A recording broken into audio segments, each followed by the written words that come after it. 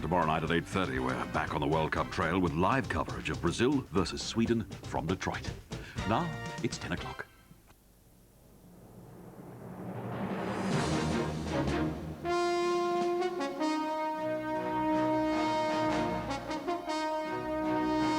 From the headquarters of ITN, News at 10, with Trevor McDonald. Prince Charles says he was faithful to Diana until. Major defends European veto and says he'd do it again. The rail talks at ACAS go on into the night. And Bates goes out on another day of Wimbledon sensation.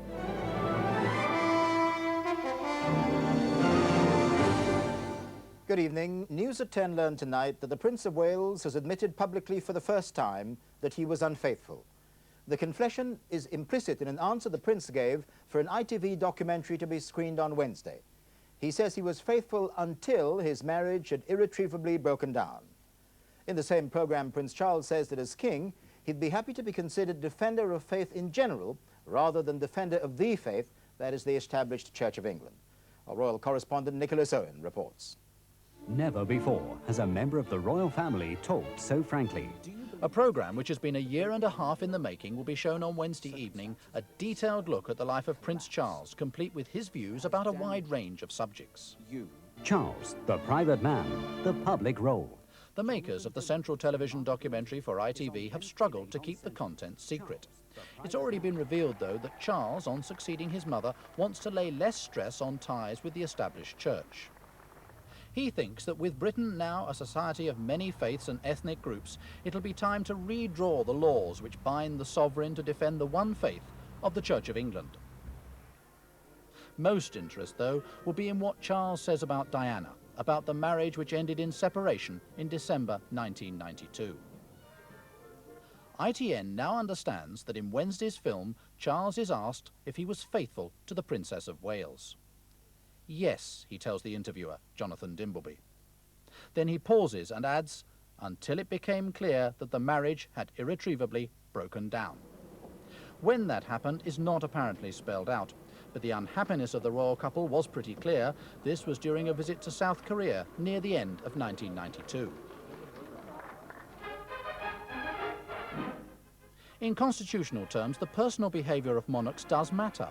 Quite specific vows are made, as here at the 1953 coronation, to defend a religion which disapproves of adultery. Sovereign Lady, Queen of this realm, and defender of the faith.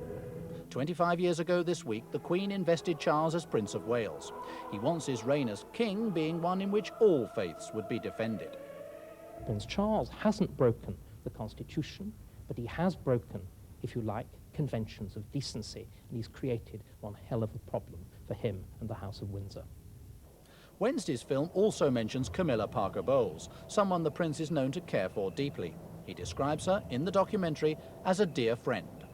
All the fuss about his marriage has not done Charles much good, not done the monarchy much good. His supporters hope that this week's programme will help restore his reputation. Even a Prince of Wales can't be sure what the public will make of 2.5 hours intense scrutiny of his life. Nicholas Owen, News at 10, Buckingham Palace. Mr. Major made a strong defence today of his veto of the Belgian Prime Minister Jean-Luc Dehaene as President of the European Commission. He told MPs that if necessary, he'd use the veto again. Mr. Major said being a good European didn't mean signing up to everything our partners proposed. Labour, Liberal Democrat leaders and Sir Edward Heath criticised him. Most of his backbenchers chaired him. Our chief political correspondent, Glyn Mathias, reports. The Prime Minister intends to maintain his controversial stand over who should be the next president of the European Commission. He said he won't back down over the blocking of the Belgian Jean-Luc Dehaene and is demanding that Britain should now be involved in active consultations over alternative candidates. His party was in buoyant mood over the use of Britain's veto. Whatever the pressure from the Germans, John Major said he wouldn't change his mind. Other European countries indicated that they could accept Mr. Dehaene. I maintained my position that we could not. I reiterate that position in this House today. After the previous climb down over European majority voting, this was what most of his party wanted to hear. The decision that he took in Corfu on the presidency at the weekend was not only right, but courageous and popular. We But the opposition parties described the summit not as a triumph, but as a humiliation.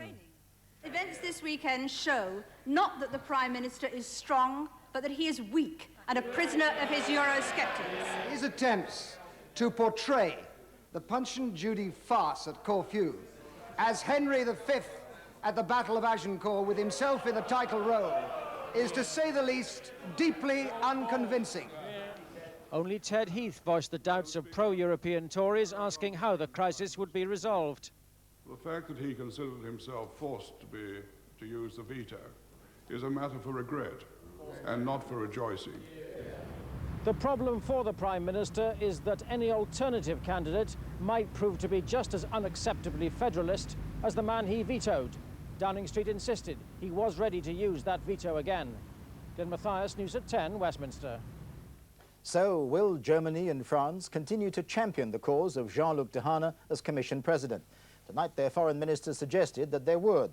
They said they saw no reason to find an alternative candidate, although Chancellor Kohl showed some signs today of bowing to Britain's veto.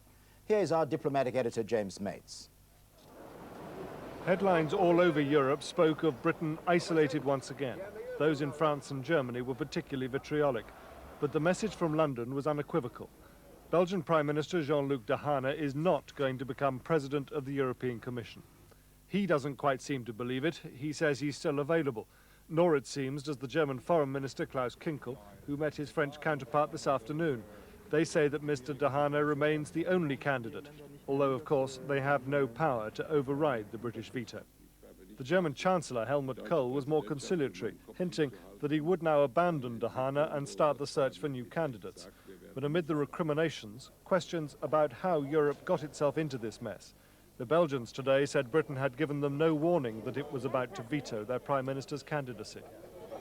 But Foreign Office officials say that in the weeks leading up to the summit, senior British diplomats had warned the Belgians, French, Germans and the Greeks who were hosting the summit that Jean-Luc Dehaene would not be acceptable to Britain.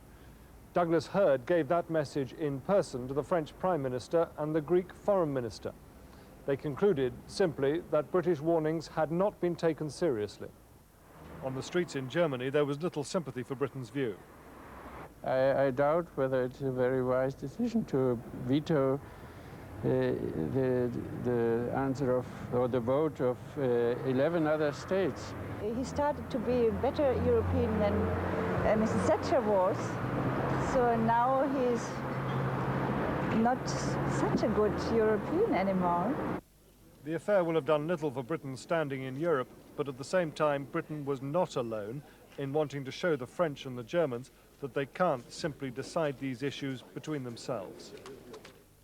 The countdown's begun to another rail strike on Wednesday, but both sides in the dispute are still talking tonight at the Conciliation Service ACAS. At the start of the meeting this afternoon, rail track managers appeared to be a long way from meeting the demand of the signal workers, but there was a mood of determination to try to break the deadlock. Our industrial correspondent Mark Webster reports.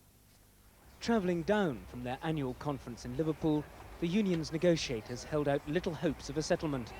Their main sticking point remained money up front for past productivity gains. And though Railtrack's management had been talking up the chances of success, they said they were merely clarifying the package they'd first put to the unions a week ago. There was a new package put to the trade unions on Monday. Clearly there